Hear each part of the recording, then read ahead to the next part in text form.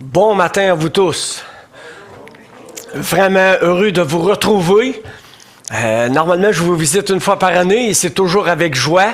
Je suis pas venu de reculons avec mon auto, je suis venu de l'avant. J'étais content de venir vous rencontrer et j'espère que ce matin, on va être édifié par la parole de Dieu. Mais j'avais peut-être donné des nouvelles du groupe Réseau. On continue les activités et la prochaine, je dirais, activité, c'est on relance le programme Leader en formation qui va commencer dès la fin septembre, qui va durer pendant à peu près 1 an et 3 mois. Et on veut vraiment former les leaders actuels dans un souci de formation continue et aussi on veut former les leaders émergents. Et on aura cette rencontre, la prochaine rencontre provinciale va avoir lieu le 18 octobre en marge de la conférence d'Oulos. Et on continue les programmes pour faire ensemble de travailler ensemble pour faire ensemble ce qu'on n'est pas capable de faire de façon seule. Alors, je suis vraiment encouragé aussi de votre participation au sein du groupe Réseau et vraiment, c'est vraiment encourageant les uns avec les autres. Et donc, ce matin, le titre de mon message, c'est « Courons avec persévérance ». J'aimerais commencer par vous poser une question. Est-ce que vous êtes une personne qui est déterminée dans la vie? Est-ce que vous êtes une personne engagée? Vous ne levez pas la main, c'est correct, vous êtes gêné, je vous pardonne, je vous pardonne. Si je vous dis cette chose-là, c'est que j'ai entendu la semaine passée, c'était le 28 juin, j'ai entendu une interview à la CBC, à Radio-Canada en anglais, et c'était un journaliste qui était là, un journaliste sportif, qui allait prendre sa retraite et qui était interviewé par l'animateur de l'émission. Et il a dit la chose suivante, lui qui a côtoyé les Olympiens et les athlètes pendant 40 ans. Il a dit la chose suivante, c'est impossible de réussir sans un engagement total pour devenir un Olympien. Et ensuite, il a dit, c'est impossible sans une détermination à toute épreuve. Et lui, dans son métier de journaliste, il y a plusieurs années, il avait interviewé Andy DeGrasse. Est-ce que vous connaissez Andy DeGrasse? Quels sont ceux qui le connaissent? Wow! C'est bon. C'est un champion olympique et 6 fois médaillé olympique. Il a gagné le 600 mètres, le 200 mètres sprint. Et peut-être que si vous voulez voir, ça, c'est lui, ça. Pas très grand, mais il court vite en saut d'affaires. Et c'est lui qui a battu le fameux Usain Bolt. Celui, quand il gagne, il fait tout le temps ça, comme ça. C'est vraiment spécial. Mais je ne veux pas détourner votre attention plus longtemps, mais juste de souligner qu'on peut faire un parallèle, et la parole de Dieu fait un parallèle entre la course et la vie chrétienne, la marche chrétienne. Et faites-vous-en pas, je ne veux pas faire de vous des athlètes olympiques, je ne veux pas vous obliger à faire de la course à pied, mais j'aimerais prendre cette illustration-là que Paul prend dans 1 Corinthiens et dans Philippiens, et aussi qu'on retrouve dans Hébreux, pour voir un parallèle entre la course, la détermination que ça prend, l'engagement que ça prend pour réussir, et comment dans la vie chrétienne, on a besoin, vous et moi, de détermination et d'engagement. N'est-ce pas? OK, je ne me suis pas trompé de place, c'est correct.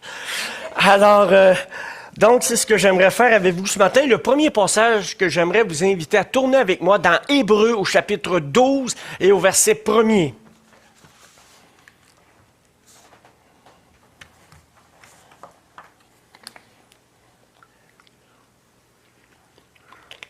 Comme quand je fais de la course, je prends beaucoup d'eau. Alors, donc, dans Hébreux au chapitre 12 et verset 1er, il est dit la chose suivante. Nous donc aussi, puisque nous sommes environnés d'une si grande nuée de témoins, rejetons tout fardeau et le péché qui nous enveloppe si facilement et courons avec persévérance dans la carrière qui nous est ouverte, ayant les regards sur Jésus. Le chef, le consommateur de la foi, en vue de la joie qui lui était réservée, a souffert la croix, méprisé l'ignominie et s'est assis à la droite de Dieu. Voilà l'exhortation qu'on retrouve dans l'Épître aux Hébreux au chapitre 12 et versets 1 et 2. Et si on regarde le contexte, quand il dit « Considérez nous qui sommes entourés d'une si grande nuée de témoins », il est en train de faire référence aux héros de la foi au chapitre 11. Et pour voir encore plus le contexte, je vous invite à tourner au chapitre 10, au verset 10, verset 23, excusez. C'est dit la chose suivante, Hébreux 10, 23. « Retenons fermement la profession de notre espérance, car celui qui a fait la promesse est fidèle. Veillons les uns sur les autres pour nous exciter à la charité et aux bonnes œuvres. » Voilà le but de notre rencontre ce matin, n'est-ce pas? N'abandonnons pas notre assemblée, le rassemblement des croyants, comme c'est la coutume de quelques-uns, mais exhortons-nous réciproquement, et cela d'autant plus que vous voyez s'approcher le jour. Une exhortation à la persévérance.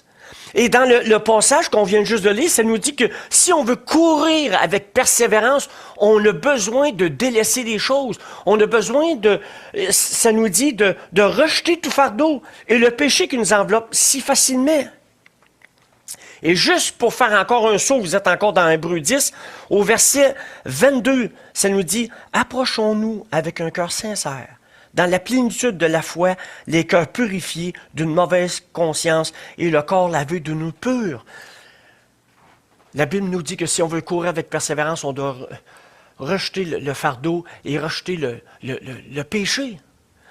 Et le fardeau, c'est tout ce qui nous empêche de courir. C'est rare que vous allez voir, que ce soit Usain Bolt ou Andy DeGrasse, courir avec un gros pack-sac, dire, écoute, j'ai emmené ma boîte à lunch, j'ai emmené tout mon stock, puis je vais courir.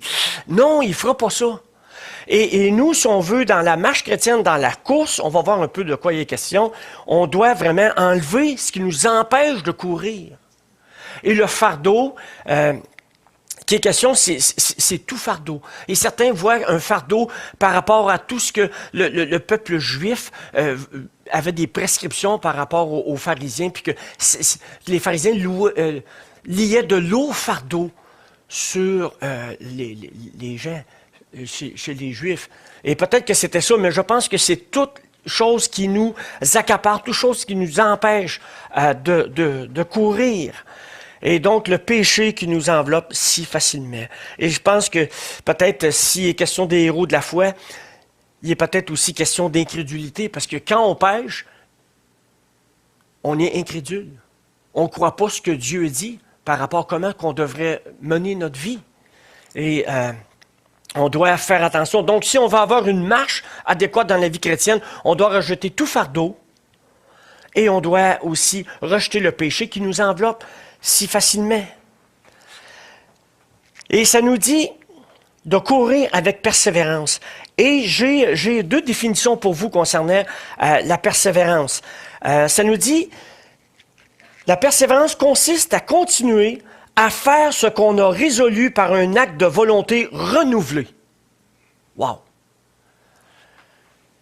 La persévérance, c'est à propos de notre volonté et qui est renouvelée. Qu'on décide qu'on engage complètement notre volonté. Quelqu'un a déjà dit, c'est une détermination sans faille à aller de l'avant, sans céder à la tentation de se relâcher dans son effort ou d'abandonner. Wow! Ça, j'aime ça en soda d'affaires.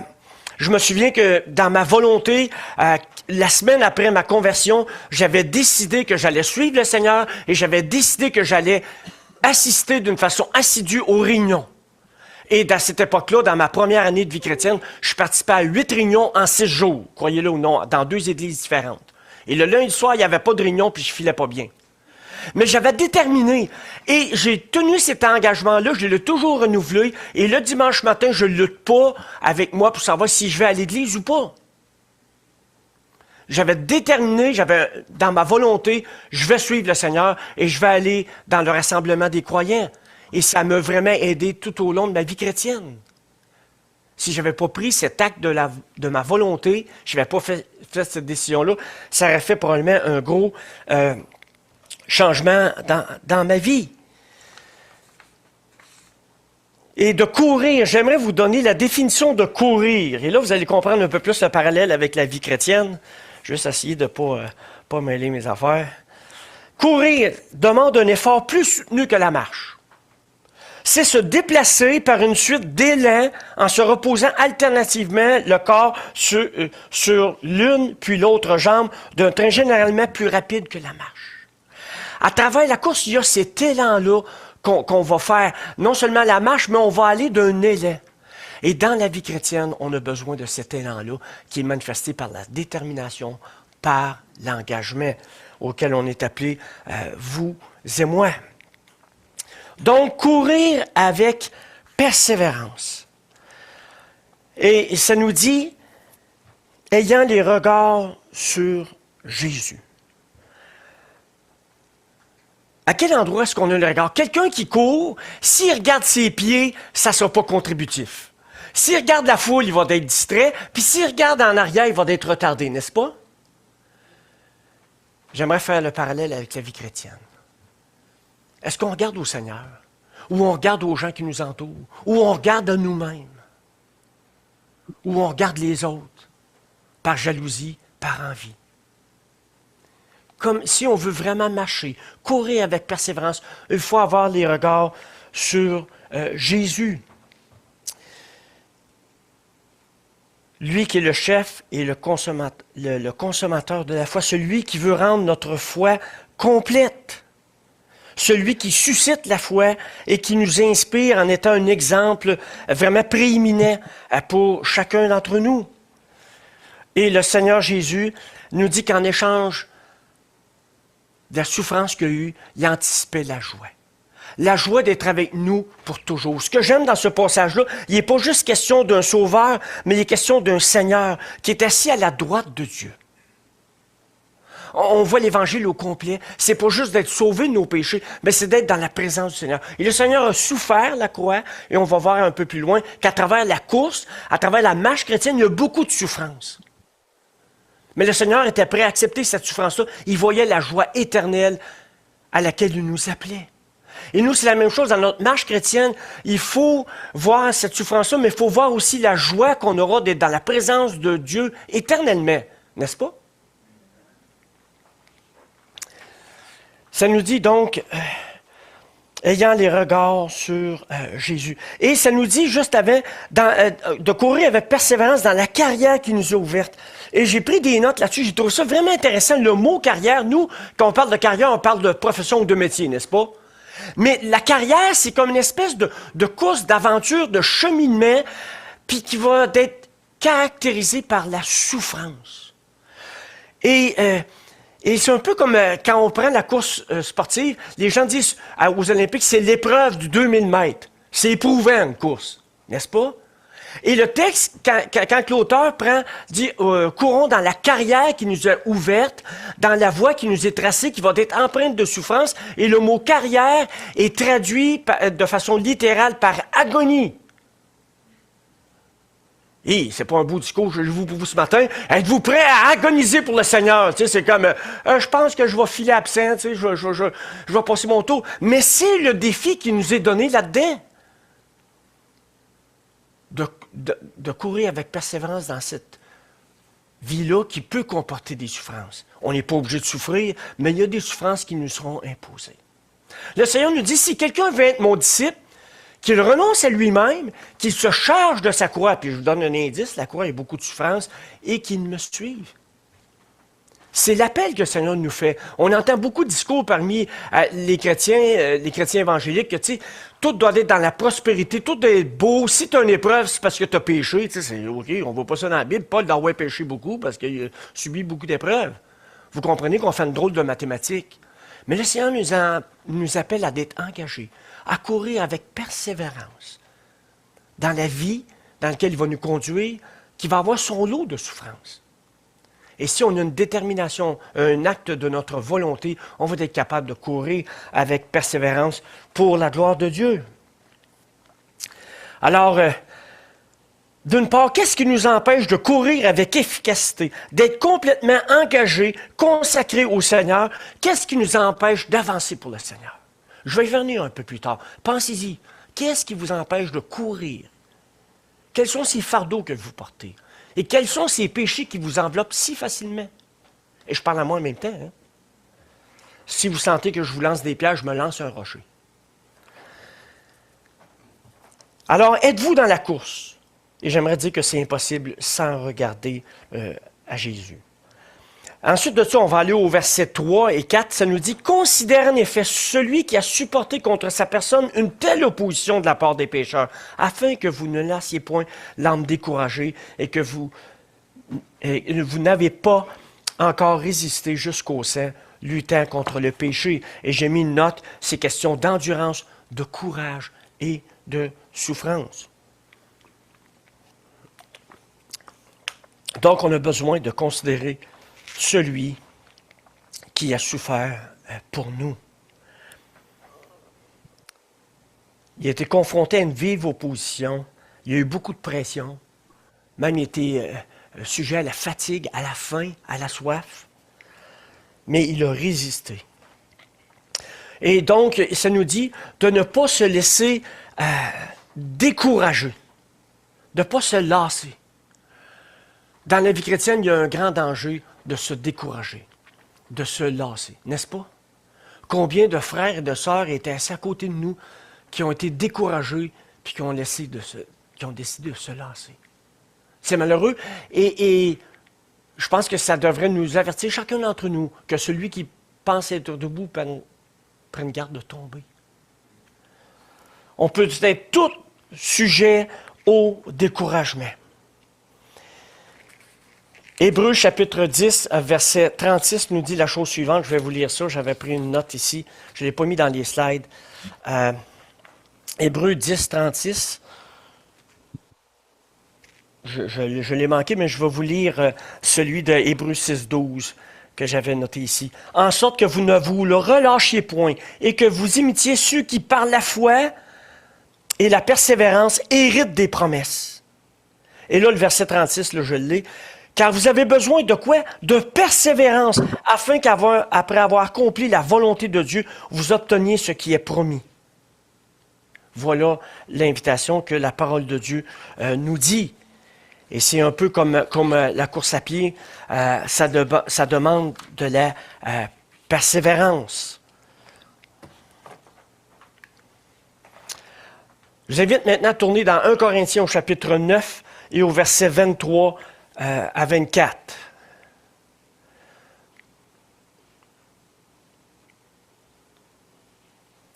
Il y avait d'autres passages qui nous parlent de l'importance de la persévérance, puis qui nous parlent, c'est toujours relié avec l'affliction, mais je vais aller plus loin parce que je ne veux pas dépasser le temps. 1 Corinthiens chapitre 9, verset 23-24, il est dit, Paul va dire, « Je fais tout à cause de l'Évangile afin d'y avoir part. Ne savez-vous pas que ceux qui courent dans le stade courent tous, mais qu'un seul remporte le prix? Courez de manière à le remporter. » Et ensuite, on peut lire la suite. « Tous ceux qui combattent s'imposent toute espèce d'abstinence. Ils le font pour obtenir une couronne corruptible. Mais nous, faisons-le pour une couronne incorruptible. Moi donc, je cours, non pas comme à l'aventure, je frappe, non pas comme battant l'air, mais je traite durement mon corps, et je le tiens assujetti, de peur d'être moi-même rejeté après avoir prêché aux autres. » Paul qui va utiliser cette analogie-là de la course, puis il va parler d'abstinence, la maîtrise de soi qui est un élément essentiel pour la victoire d'un coureur. Puis là, il va dire, je frappe pas, je cours pas comme à l'aventure, mais il court avec un but vraiment précis. On va le voir dans quelques instants. Il courait vraiment dans un but précis. Saisir la vocation en Jésus-Christ. Et ensuite, il dit, je frappe pas comme battant l'air. Il frappait pas dans le vide comme un boxeur peut frapper dans le vide. Il frappait pour atteindre la cible. Et c'est ça vraiment un athlète. Et ensuite, il va dire, je traite durement mon corps et je le tiens assujetti. Est-ce qu'on est prêt à faire des sacrifices? Quand on fait de la course à pied, on peut se donner toutes sortes d'excuses pour ne pas s'entraîner ou décider de s'entraîner. C'est un peu la même chose par rapport à la lecture. Si vous voulez lire la parole de Dieu d'une façon assidue, vous aurez des sacrifices à faire. De plus en plus, parmi les chrétiens, le taux de lecture est à la baisse. Parce qu'on n'a pas le temps. On n'a pas de temps pour la prière, puis on n'a pas de temps pour aller à l'église. Vous savez, en moyenne, les Canadiens passent 1h59 sur Internet à part leur travail. 1h59. Imaginez-vous si tous les chrétiens au Québec lisaient leur Bible 1h59 par jour. On ne reconnaîtrait plus le Québec. N'est-ce pas? Quelles sont les choses qui nous empêchent de courir avec persévérance? C'est-tu les médias sociaux? C'est-tu Netflix? C'est-tu le côté social? C'est-tu le sport? Là, il nous parle de la course, là, il parle contre le sport. Non, la Bible a dit que l'exercice physique, l'exercice corporel est utile à peu de choses. Mais le peu de choses, on peut en avoir besoin. Moi, j'en ai besoin. Mais l'idée, qu'est-ce qui nous empêche de courir avec persévérance? Qu'est-ce qui nous empêche de suivre le Seigneur Jésus? Le social, les médias sociaux, l'Internet, les activités qu'on a, les loisirs qu'on a, toutes ces choses-là, c'est pas méchant quand c'est bien dosé. Mais qu'est-ce qui nous empêche de courir avec persévérance? Je vais vous dire, moi, ce qui m'aide à courir avec persévérance, c'est d'avoir les regards sur Jésus. Et je notais ici Éphésiens chapitre 3, versets 20 et 21 qui dit, les regards sur Jésus qui suscite la foi, ça dit, nous sommes invités à regarder à celui qui peut faire par la puissance qui agit en nous, infiniment au-delà de tout ce que nous pouvons demander et penser. Et plus tard, dans Hébreux, ce que je n'avais pas cité tantôt, Hébreux 10, 36, il dit « Car vous avez besoin de persévérance. » Juste avant de dire « Courez avec persévérance » au chapitre 12, il va dire au chapitre 10 « Car vous avez besoin de persévérance afin qu'après avoir accompli la volonté de Dieu, vous obteniez ce qui est promis. Encore un peu de temps, celui qui doit venir viendra, et il ne tardera pas. » L'invitation pour nous, c'est de regarder à Jésus et de considérer les choses dans une perspective éternelle. Comme je vous ai dit, je fais un parallèle avec la course à pied. J'ai commencé en 2019 à faire des longues distances, à faire des demi-marathons, et j'ai réalisé que pour faire de la course longue distance, ça prend de l'entraînement. Si tu n'es pas entraîné, tu vas souffrir en soda d'affaires. Le premier demi-marathon que j'ai fait en 2019, je manquais d'engagement. Et je n'avais pas fait suffisamment de courses. Ça a fait à peu près 4-5 courses de 5 km. Quand je suis arrivé à 21 km, rendu à 18 km, c'est comme s'il y avait quelqu'un qui avait embarqué sous mes épaules. J'ai trouvé ça tough. Mais j'aime la course à pied parce que ça me permet de rester en santé, mais j'aime de voir la détermination et l'engagement et comment je ne dois pas me chercher des excuses pour ne pas m'entraîner. La semaine passée, même plus récent, avant-hier, j'ai couru, puis l'humidité, c'était pas mal haut, puis il faisait proche 30 degrés. J'ai couru, puis c'était contraignant. Même j'ai forcé, à un moment donné, j'avais une veine qui m'est sortie du front, peut-être que j'ai poussé un peu trop fort. Mais tu sais, j'étais un peu excessif des fois dans la vie. Mais c'est comme la semaine d'avant, je m'en vais, il y a quelqu'un qui vient me rendre visite, c'était pas prévu, je pars plus tard, je fais la course, je commence, il mouille, alors c'est pas grave, il mouille. À un moment donné, j'arrive en haut de la côte, j'ai le vent d'en face. Il dit, OK, moi d'habitude, j'ai beaucoup de fun. Quand je cours, là, j'ai du fun au bout, mais là, le fun est à moins fort. Mardi, je faisais une compétition, et puis il s'est mis à mouiller, mais il tombait des clous. Puis on a continué. Quand il a tonné et éclairé, il a arrêté la course. Mais tu sais, mais quand même, j'avais dit, OK, je veux être un coureur de demi-fond, puis je vais le faire. Puis je le fais avec un engagement. Mais ce que j'aime le plus, le parallèle, oui, c'est le fun de courir, oui, c'est le fun d'être engagé, oui, c'est le fun de courir, il y a un défi, mais j'aime le même défi dans la vie chrétienne. Et ce que j'aime dans la course, pourquoi que je participe à des courses plutôt que juste m'entraîner, c'est à cause de l'effet d'entraînement. Et je vous ai amené une photo pour vous montrer ce que ça donne. Ça, c'est le départ du demi-marathon à Ottawa cette année. Et ça, tu vois qu'il y a du monde. Mais nous, on était, moi, mon gars, ici, puis il y avait tout ce monde-là devant nous. Il y avait 9700 personnes d'inscrites. Il y en a 8600 qui ont fini. Et moi et mon gars, par la grâce de Dieu, on l'a fini.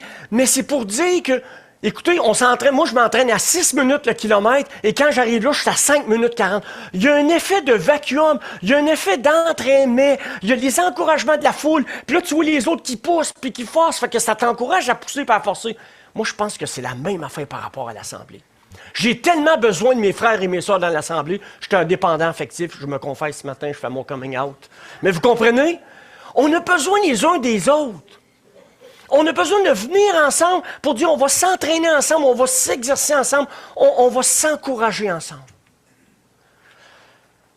Moi, je trouve ça vraiment formidable que le Seigneur ait décidé qu'il voulait nous placer en collectivité dans un foyer spirituel. N'est-ce pas? Si on n'avait pas notre foyer spirituel, chacun d'entre nous, je ne pense pas qu'il y a la moitié des gens qui persévèrent encore. C'est très rare que j'ai vu quelqu'un qui dit, moi, Guy, j'en ai rencontré plusieurs qui disaient qu'eux autres, ils n'avaient pas besoin de l'Assemblée, qu'il y avait le Seigneur, que tout était correct. Parmi tout ce monde-là, il y a 80% qui ont débarqué du buggy. Il y a 80% qui ne suivent plus le Seigneur. Ils ont manqué un cœur, puis ils ne suivent plus Jésus pantoute, ils suivent quelqu'un d'autre, mais pas Jésus. Mais il y a cet effet d'entraînement-là. Moi, que j'aime beaucoup, et même de courir, c'est un peu comme au niveau spirituel. Vous savez, il paraîtrait que, bon, quand on court, il y a des endorphines, qu'il y a de l'adrénaline, de la dopamine. En tout cas, moi, ça me donne bonne mine. Moi, j'aime vraiment ça. Puis, tu sais, c'est de courir, puis c'est un peu comme la vie chrétienne. Tu sais, tu lis la parole, plus tu lis la parole, plus que, tu sais, tu trouves ça merveilleux, plus tu trouves ça merveilleux, plus tu lis. Plus tu lis. Tu sais, c'est comme pour ceux qui sont plus âgés, la saucisse à grade. Plus de gens mangent parce qu'elles sont plus fraîches, et parce qu'elles sont plus fraîches, plus de gens mangent. Moins de monde en mange, moins qu'ils sont fraîches, moins que le monde en mange. C'est comme ça. Combien de fois, chacun d'entre nous, je l'ai entendu des dizaines, des centaines, des milliers de fois, des gens disaient, ce matin, ça ne me tentait pas d'aller à l'église. J'avais pas le goût. Puis les gens sortent et disent, et que je suis content d'être venu à l'église. Ça a fait toute une différence. Le Seigneur me parlait directement. Le gars, ce qu'il a dit en avait, c'était pas important, c'est ce que le Seigneur a touché mon cœur et ce qu'il me dit, n'est-ce pas? Alors, c'est peut-être juste le monde de Shawinigan qui sont comme ça. Alors, c'est correct. Je suis dans l'industrie du pardon. Si vous ne viviez pas ça, je vous demande vraiment pardon. Et donc, on a besoin d'engagement. Et comment c'est important aussi dans la vie chrétienne. Même si tu n'as pas le goût de lire, essaie de lire. Lis moins si tu veux, mais lis. Moi, je pense que la course, ce sont des élans successifs. Puis un élan s'est dit, Seigneur, je vais vers toi, je vais vers ta maison. Je me souviens qu'en 81, après quelques semaines, moi, l'église était à 3 rues de chez moi, puis je montais une petite côte. Je sais pas pourquoi j'ai jamais été avant. Je savais qu'il y avait une église là, mais je savais pas quelle sorte de gang qu'il y avait là, puis je n'étais pas chrétien. Mais quand j'allais à l'église, je me souviens, je gambadais, je courais. Tu sais, il y a un chant qui dit, je courais vers la maison de Dieu. Je courais avec joie. Puis dans la course, je suis joyeux. Je vous dis, quand je fais de la course à pied, à moins qu'il y ait une grosse tornade, là, je suis moins joyeux. Mais sinon, j'ai de la joie. Puis dans la vie chrétienne, je pense qu'il faut avoir de la joie. De persévérer avec joie. Si on n'a pas de joie, il y a quelque chose qui nous manque. Parce que le Seigneur Jésus dit, je veux que vous ayez ma joie en vous et que votre joie soit parfaite. Je pense que comme chrétien, on devrait être toujours joyeux. Puis des fois, tu sais, même je me regarde dans les réunions Zoom, mais écoute, je me regarde, là. Si je suis joyeux, je ne l'ai pas dit à ma face pantoute, moi, la soirée, là. Comprenez-vous? Tu sais, on devrait respirer la joie. On a la vie éternelle, on est pardonné de nos péchés. Nous qui étions des vils pécheurs. On est pardonné, on s'en va en route vers le ciel pour l'éternité. Jésus va nous voir avec lui. On a un privilège que pas beaucoup de personnes qui ont. Puis là, on va bouder notre plaisir. Non. Et j'aime à dire souvent que j'aime tellement le Seigneur de la manière qu'il dit, OK, non seulement je vous sauve, je vous pardonne vos péchés, je vous mets en Église pour vous édifier, pour vous inviter à me ressembler. Puis non seulement, quand ça, le processus va être terminé, vous allez être avec moi pour l'éternité. Moi, je le dis souvent, là, puis je ne me gêne pas pour le dire, si j'étais Dieu, on serait tous dans le trouble. Puis j'ai dit, non seulement je vous ai sauvé, je vous ai pardonné, je vous ai donné une nouvelle vie, je vous ai donné une nouvelle nature, une nature divine, qui fait en sorte que vous êtes capable de résister au péché, que vous êtes capable de vivre une vie pure à l'image de Jésus-Christ. Ben non, vous décidez de pécher quand même par après. Moi, si j'étais Dieu, j'aurais dit, écoutez, là, je vous pardonne, je ne change pas mon plan, mais dans le ciel, vous ne serez pas à ma table, vous allez être dans le cabanon avec des sandwichs en triangle, puis moi, tu sais, ça va être différent. Vous m'avez assigné ça sur terre. Mais on est-tu content que Dieu ne pense pas comme moi? Dieu, c'est un Dieu de bonté, de miséricorde, de douceur, de patience. Puis un Dieu qui persévère dans son amour. Moi, je suis content que Dieu soit un Dieu de persévérance. Parce que nous autres, des fois, notre persévérance, c'est pas trop fort. Et donc, On va aller dans Philippiens. Juste avant, j'avais mis des photos pour vous dire que j'ai le bonheur de courir avec ma fille et mon gars, une de mes filles puis mon gars. Et puis mes petits-enfants aussi font de la course. C'était un bonheur familial, puis d'être ensemble dans la course. Et ça, c'est mon gars et ma fille. Eux autres, par exemple, ils courent vraiment vite. Ils ne me donnent pas de chance. Et ça, c'est mes petits-enfants. Vraiment, puis tu sais, c'est un bonheur pour moi, la course.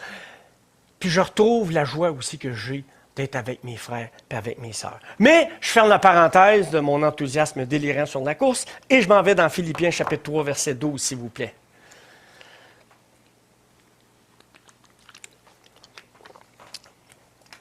Et regardez bien ce que Paul va dire aux Philippiens au chapitre 3, verset 12.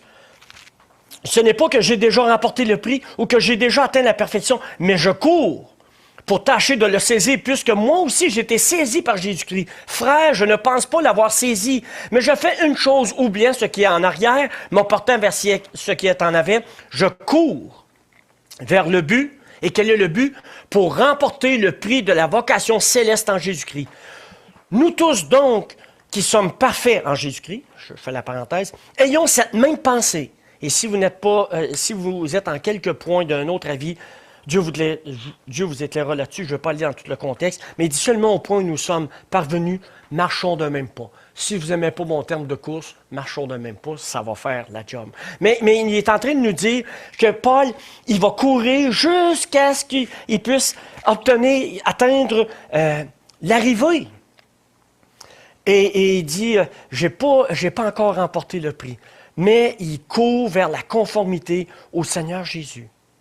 Et quand il dit « je cours », c'est un peu comme un sprinter qui met toute son énergie, qui met toute sa détermination, qui met toute sa force, qui a comme une espèce de sentiment d'urgence. Et j'ai une illustration pour vous, vraiment ça. Et dans la course, c'est comme la vie chrétienne. Au niveau des élans, tu peux faire des élans plus longs puis plus rapides. C'est ce qui fait que tu vas courir plus vite. Et dans la vie chrétienne, on doit y aller d'un élan à l'autre successif, d'une réunion à l'autre, d'une méditation à l'autre, d'une lecture de la parole à l'autre, d'une prière à l'autre, d'un rassemblement à l'autre. On doit y aller d'élan en élan et on peut augmenter soit la fréquence ou soit la distance. Même chose qui s'applique pour la course à pied, s'applique pour la marche chrétienne, n'est-ce pas? Alors ce matin, ce que je veux qu'on puisse retenir, c'est de continuer avec ces élans de cœur-là.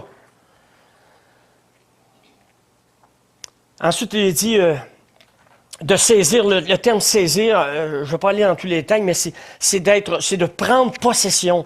C'est la notion qu'à travers ça, quand il dit j'ai été saisi par Jésus, j'ai saisi Jésus et je suis saisi par Jésus. Et il est question de devenir spirituel, des hommes faits. Et là, il va nous dire d'être enthousiaste dans ce qu'on fait.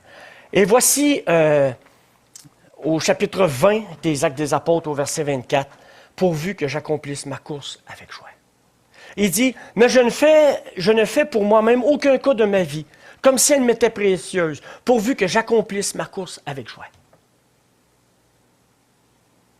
Et le ministère que j'ai reçu, le service que j'ai reçu du Seigneur, d'annoncer la bonne nouvelle de la grâce de Dieu. C'est le plus grand et le plus noble de tous les services pour un croyant. D'annoncer la bonne nouvelle.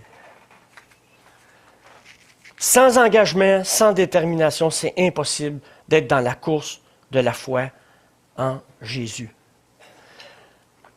Et Colossiens chapitre 2, verset 18 nous donne un avertissement, je vais le citer ici, que personne ne vous ravisse à son gré le prix de sa course. Il faut être vigilant, frères et sœurs. Et à la fin de sa vie, voici la conclusion de Paul quand il savait que ses jours étaient comptés ou ses heures étaient comptées. Il a dit la chose suivante, « J'ai combattu le bon combat, j'ai achevé la course, j'ai gardé la foi. » Combien, si chacun d'entre nous, on veut courir avec persévérance, combien on aimerait dire ça à la fin de nos jours? Et j'espère qu'un jour, on pourra tous entendre la voix du Seigneur qui dit, « Viens bon et fidèle serviteur. » Toi qui as couru de la course, toi qui as marché dans mes voies, toi qui as regardé à moi, toi qui as essayé d'avoir une vie conforme avec l'Évangile, toi qui as vécu la vie selon la nouvelle naissance que je t'ai accordée. entre dans ma présence. C'est vraiment ce qu'on a besoin d'entendre, vous et moi. Je ne sais pas où est-ce qu'on est rendu dans l'heure. J'aurais peut-être une application, un passage que j'aimerais vous demander. Ça finit à quelle heure d'habitude? Minuit ou avant ça? Ça finit à moins quart d'habitude? Ah, OK, je suis un 5 minutes de grâce, parce que j'aime pas quand les gens... OK, tourne avec moi, c'est vraiment, je trouve que c'est une belle illustration. Tourne avec moi, s'il vous plaît, dans dans Marc au chapitre 10, au verset 46. C'est l'histoire de Bartimée. Et checkez bien, j'aimerais faire une application pour ce matin, pour chacun d'entre vous. Marc chapitre 10, verset 46. Je ne sais pas si je l'avais mis ici. Oui, je l'ai, parfait. Alors, si vous avez de la difficulté à le trouver dans vos Bibles, je le fais tout de suite pour sauver du temps. Il est dit la chose suivante. Ils arrivaient à Jéricho, et lorsque Jésus en sortit, avec ses disciples et une assez grande foule, le fils de Timée, Bartimée, mendiant aveugle, était assis sur le bord du chemin. Il entendit que c'était Jésus de Nazareth. Il se mit à crier, « Fils de David, aie pitié de moi! » Plusieurs le reprenaient pour le faire taire, mais il criait beaucoup plus fort, « Fils de David, aie pitié de moi! » Jésus s'arrêta et dit, « Appelez-le. » Ils appelèrent l'aveugle en lui disant, « Prends courage, lève-toi, il t'appelle. » L'aveugle jeta son manteau et se levant d'un bond, vint vers Jésus. Jésus était là. Bartimée voyait qu'il avait un besoin, criait à Jésus. Il entendait des voix qui disaient, « Arrête de crier à lui, il y a plein de monde, il ne t'entend pas, ça ne donne rien. » J'aimerais vous dire ce matin, si vous êtes en difficulté dans votre vie chrétienne, que vous avez de la difficulté dans votre élan chrétien, que vous avez de la misère avec votre marche chrétienne, que vous avez de la misère à courir avec persévérance, j'aimerais vous inviter à crier à Jésus. À crier à lui, puis de crier plus fort.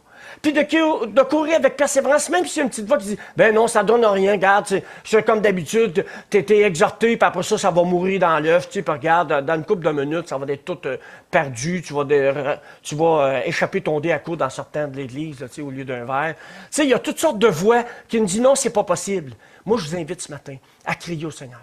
Dis, Seigneur, j'ai besoin de toi. Je veux mettre les regards sur toi. Je veux crier vers toi comme ce Bartimée qui avait un besoin physique, qui est au diapason de notre besoin spirituel, notre aveuglement spirituel. Quand on a de la difficulté dans la vie chrétienne, c'est qu'on est aveuglé par certaines choses. On n'a pas complètement les regards sur Jésus. Ce matin, j'aimerais vous inviter de crier à Jésus. Et j'aimerais vous dire comme ces personnes-là qui ont dit, prends courage, il t'appelle. Ce matin, le Seigneur vous appelle. Le Seigneur veut que vous veniez à sa rencontre. Et il veut vous faire du bien comme il a fait du bien à ce Bartimée. Et vous savez ce que j'aime, c'est que quand Jésus l'a appelé, l'aveugle a jeté son manteau. Il s'est débarrassé de son fardeau. Ce qui allait l'empêcher de courir vers Jésus, c'était son manteau. Pendant qu'il n'a pas couru parce qu'il était aveugle, tu sais, fait que ça valait plus. Mais il a enlevé ce qui l'empêchait de venir à Jésus. J'aimerais vous poser ce matin la question, quel est ce manteau dans votre vie qui vous empêche de vous lever et d'aller à Jésus? Quel est ce manteau-là? Quel est ce manteau-là qui est un fardeau et qui est inutile dans votre course avec persévérance dans la foi? Quel est ce manteau que vous portez ce matin? Qui que vous soyez, quel que soit le nombre d'années d'expérience que vous avez dans la vie chrétienne. Quel est ce manteau qui vous empêche? Quel est ce fardeau? Quel est ce péché qui vous enveloppe si facilement, qui vous empêche à aller vers le Seigneur? Aller dans sa présence, à vivre son pardon, à vivre sa restauration. Et le Seigneur nous attend les mains ouvertes. Ça, c'est fantastique. Quel que soit notre passé, Jésus est tout le temps prêt à nous accueillir. C'est la chose la plus merveilleuse du monde. Je dis souvent un peu, pas à la blague, mais avec un brin d'humour, je dis souvent que je suis rendu ambassadeur dans l'industrie du pardon divin. Je trouve que c'est vraiment ça notre rôle, d'être des ambassadeurs dans l'industrie du pardon divin. Ce matin, frères et sœurs, je nous invite à aller vers le Seigneur, à demander pardon, à retirer ce manteau-là qui nous empêche d'aller à Jésus, de marcher pour Jésus, de courir pour Jésus, et qu'on puisse être vraiment délivré par celui qui sauve, qui délivre non seulement du jugement éternel, mais celui qui délivre de la puissance du péché dans nos vies. Prions, s'il vous plaît. Seigneur Dieu, Père Céleste, merci pour ta parole, merci pour ces exhortations, merci pour ce parallèle, cette analogie avec la course à pied qui demande de l'endurance, de la persévérance, de la résilience, de l'engagement. Seigneur, on voudrait manifester ce même engagement dans notre marche chrétienne pour toi. Et ce matin, Seigneur, on veut venir vers toi, on veut avoir les regards sur toi. On veut te demander pardon, Seigneur, pour ces vêtements qu'on porte inutilement. Ta parole nous dit qu'on est invité à se dépouiller du vieil homme et revêtir l'homme nouveau. Seigneur, qu'il en soit ainsi ce matin. Seigneur, on veut te demander pardon pour tout ce qui nous empêche d'avoir des élans significatifs dans notre marche chrétienne. Seigneur, renouvelle nos forces. Restaure-nous, Seigneur. Pardonne-nous, Seigneur. Merci, Seigneur, que tu veux faire ce travail-là en nous. Tu nous permets toujours de repartir à zéro dans nos vies, parce que tu es un Dieu de l'impossible. Tu es un Dieu de pardon, de grâce et de miséricorde. Seigneur Jésus, viens à notre aide. Nous t'en supplions, Seigneur Jésus, en ton nom. Amen.